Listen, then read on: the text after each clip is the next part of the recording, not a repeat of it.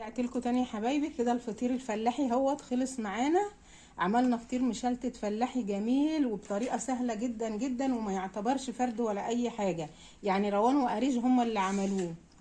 اهم هنقطع بقى واحده مع بعض، يعني 2 كيلو ونص دقيق. بسم الله ما شاء الله عملوا 6 فطاير اهو، بالحجم كمان الكبير الجميل ده اهو. شايفين الفطيره وجمالها اهو. اعملوا بقى بنفس الخطوات بتاعتي دي هيعجبكم قوي.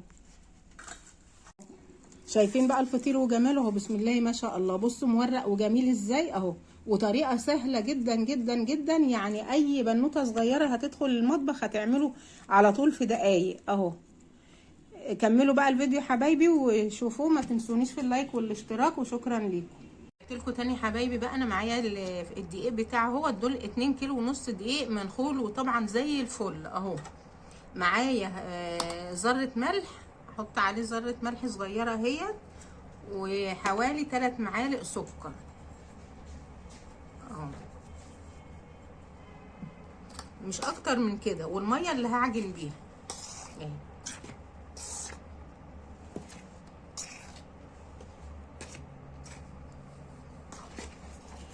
كده بقى هنبدا نعجن اهوت في الدقيق اهو يا حبايبي.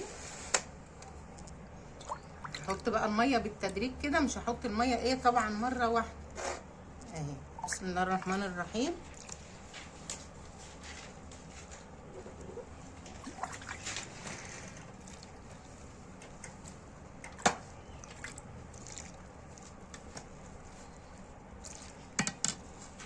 مش اكتر من ذره ملح بس، ويجي حوالي 3 معالق سكر بس اهو، مفيش اي حاجه تانية.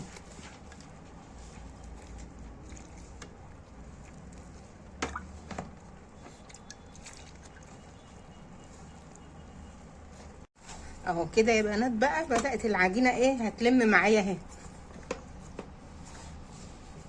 اهي بالشكل ده كده. طبعا كل ما هنعجنها كويس هتدينا نتيجه افضل. بقى ايه معلقتين زيت كده لمي بيهم العجينه.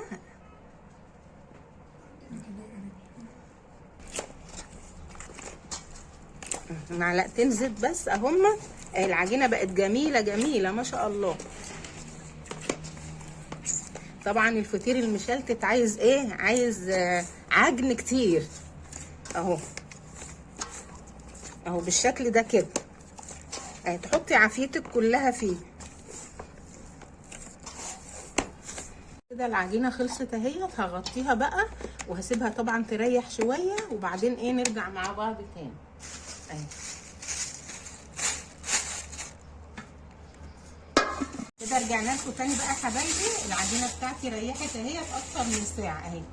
بسم الله ما شاء الله العجينه بقت زي الملبن بالظبط اهي جميله.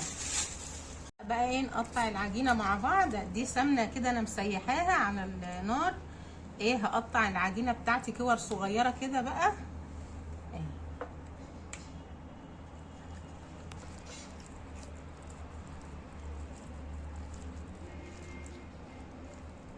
اهو. هقطع بقى العجينه بتاعتي كلها بالشكل ده.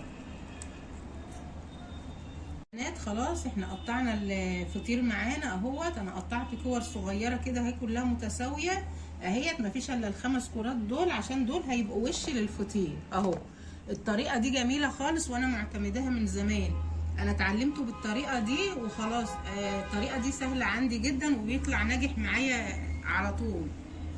حتى اولادي اتعلموه كده. يعني انا هفرد كام واحده كده بس عشان التصوير، وولادي اللي هيكملوا بقى اهو بالشكل ده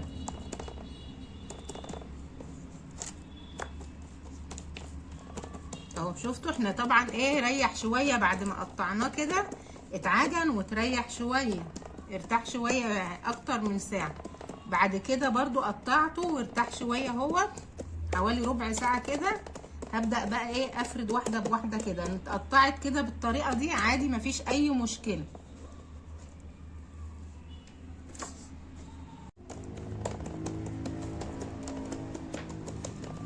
اهو. شفتوا بقى طريقه اسهل من كده. رق على رق بقى كده، وبنحط طبعا ايه سمنه كده بين كل رق ورق.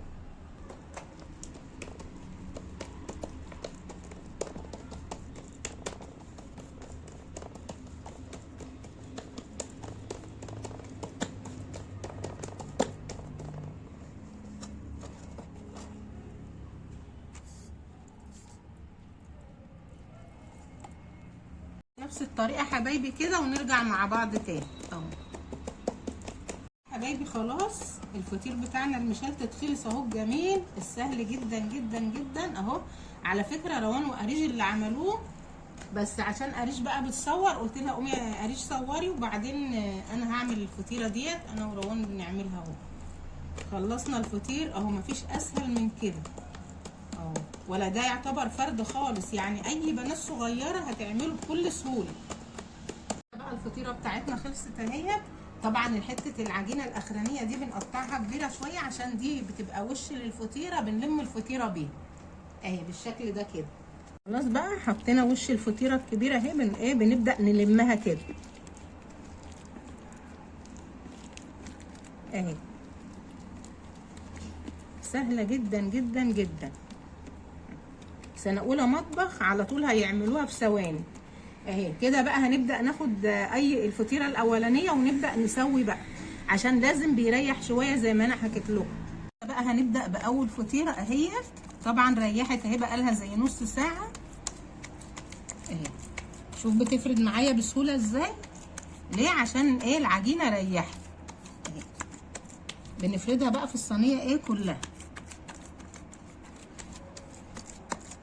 حبايبي كده. الفطير اهو بعد ما دخلناه الفرن، بعد ما فردته معاكم في الصواني طبعا وريح شويه اهو دخلته الفرن. بصوا بسم الله ما شاء الله، قابب وجميل، وعليه ولا عليه بيكنج باودر ولا عليه اي حاجه اهو. بصوا الفطيره وجمالها. بصوا الفطيره الثانيه اهي. اللي وصل بقى معايا لحد دلوقتي حبايبي يحط لي لايك جميل زيكم كده.